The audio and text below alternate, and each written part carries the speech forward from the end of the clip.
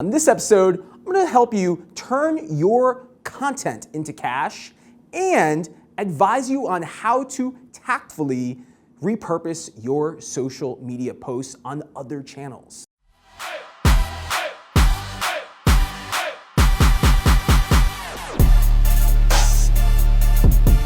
Hey everyone, welcome to another episode of Real Talk. I am your host, Carlos Gill. This is my all-new series in which I interview interesting guests in the world of social media and answer your questions. And I am coming at you from the NASDAQ Entrepreneurial Center in San Francisco.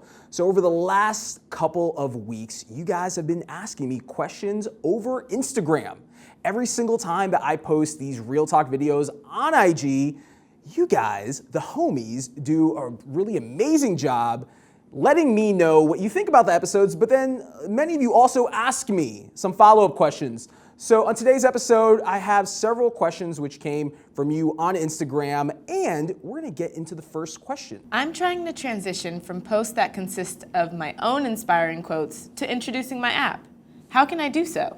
So this is a really good question, and let's take some time talking about the art of product storytelling. So to go ahead and share some insight with many of you out there, when I first joined social media in 2008, it was to actually launch a startup, my company Jobs Direct USA. And back then what I did was I launched a social media presence for my company, which was my startup, and then I started building my own personal brand social media presence. And for anyone out there that is focused on growing their startup, I would really encourage you to follow what I did from 2008 all the way up until 2012, in which you use your personal brand social media to go ahead and really talk about the behind the scenes. What you're doing, how you're grinding, how you're hustling to grow your startup. I often say people love rooting for the underdog, and if you can really make yourself vulnerable and share how hard it is to grow a startup, what you'll do over a period of time is you'll start building a community or a tribe, as I like to refer to it. So keep using your personal brand social media account to post things like motivational quotes. And I'm seeing this trend, and I even find myself doing this on Instagram nowadays, where anytime I'm on the train or I'm driving home or it's just in the middle of the random day, I start thinking about things that I feel would inspire my community, and I create content around that. So I wouldn't necessarily recommend that you stop doing that, again, on your personal brand side. But when it comes to your startup, if your startup is not in the business of quotes and motivation, in fact, I took some time to take a look at your startup, which is around scheduling. It's, I believe, a calendar app or an app to help you optimize your calendar. If that's the business that you're in and it doesn't necessarily align with motivational quotes, then create content on Instagram or on Twitter or on Facebook directly related to what your app does. And quite frankly, you can take some different facts and research around things like scheduling and productivity, and I would recommend that you create content around that. Put content out there that once again is what I like to consider product storytelling. It's planting a seed in the consumer's mind of why they potentially need your product. So in this case, create content around how your app can help people save up to 2 more hours in their day to spend with their family. You know, let's take someone like myself, for example, who's always hustling, always working. I would love to be able to shave 1 to 2 hours out of my day to then give back to my family and do the things that I really love and enjoy. So again, think about how you can create content from your startup that directly ties back to the benefit or service that you are providing to your target audience or consumer. Do you think that social media will be turning to virtual reality soon, within the next 5 years? I absolutely think that social media will eventually be a virtual reality play. And you have to look no further than to Facebook, which owns a company called Oculus. A lot of folks don't know this because we're still in this bridge between virtual reality and social media and then reality around us.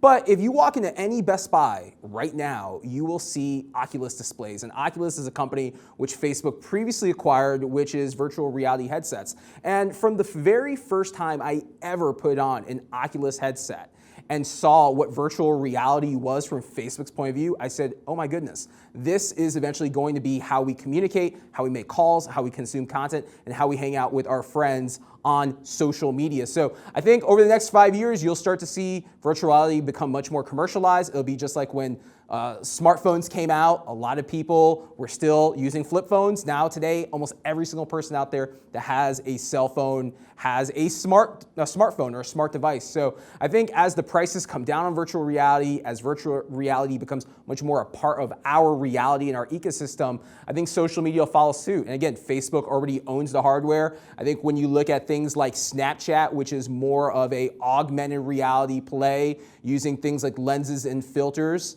you will very quickly start to become immersed in these technologies. And as the hardware, once again, becomes cheaper in price and much more accessible and commonly used by the masses, we will eventually start hanging out instead of like this, watching me over video on Facebook or on YouTube or wherever you're watching me right now. We will start to actually hang out face to face, but with masks on. As weird as that sounds. So for all you content marketers who are out there and anyone that is in marketing and you want to jump in early on a completely new platform or channel in terms of creating content, engaging audiences, or even just building your persona, if you will, start jumping on virtual reality now. How do you repurpose content on different social media platforms so it stands out on each one? I love this question.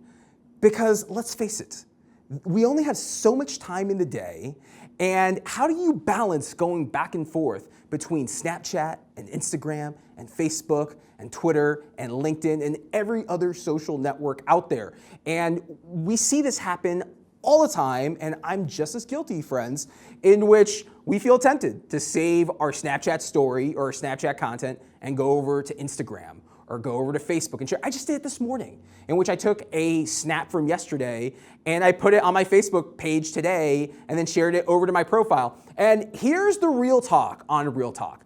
Taking social media content from one social network and sharing this same content without context to another social network is the equivalent in the year 2017 of showing up to your company holiday party with leftovers from a holiday party that you had the night before at the house next door.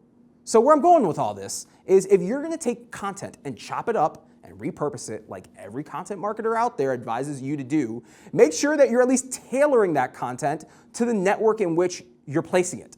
So let me add a little bit more context to this, guys. That snap that you back up and save, don't just drop it on Facebook or Instagram without context. Snapchat obviously doesn't give you much real estate to create video content and then upload text with it. So what I recommend if you're gonna take your snaps and put them on Facebook, use the fact that with Facebook, you can actually create a text post along with that video. Drop in the snap, drop in some text explaining what the snap is all about, and then drop in a link that either takes your audience on Facebook back over to Snapchat, or you ask your audience to take some sort of action related to what's in the video. So if you are, for example, a restaurant and you're backing up your snaps and putting them on Facebook, actually tell some sort of a story to get your Facebook audience really hooked and engaged in your Snapchat so they can go add you and watch your content in real time on Snapchat. Same thing happens for Instagram. And I've seen this happen so many times where literally you'll have folks that save a 20 to 30 snap story and they'll put it over on Instagram. And dude, I don't want to go through and start having to tap over and over on Instagram.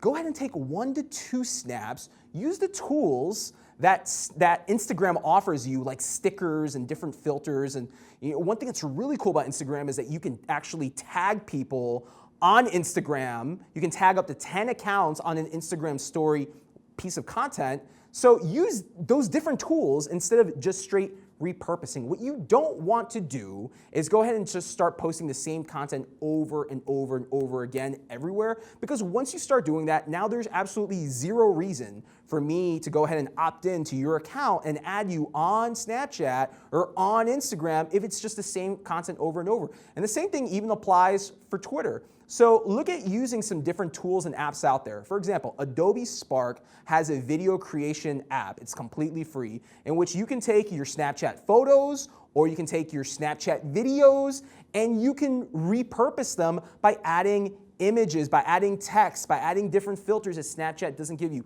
So as I go ahead and round out this answer to this very, very relevant question, Make sure that any content that you repurpose is at least reformatted and refitted for the platform in which you're repurposing that content on. How do you go from selling ideas, conversations, and begin to sell consultations with results and output? This is an awesome question because I firmly believe before anyone buys from you because of your expertise that you convey on social media, you have to give an immense amount of value up front.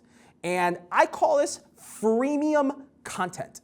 And I define it as freemium content because you're giving people upfront information that you get paid to deliver to others. And I'll give you a really good example of this. Roberto Blake is a really good friend of mine, and Roberto Blake is one of the top thought leaders in the world on YouTube. Roberto has never asked me for a dime to be a part of his paid coaching or paid mastermind groups. But what Roberto does is he gives me immense value up front that has helped me grow my YouTube channel. He's given me tactics and strategies for then me to be able to come on my own show and advocate for Roberto.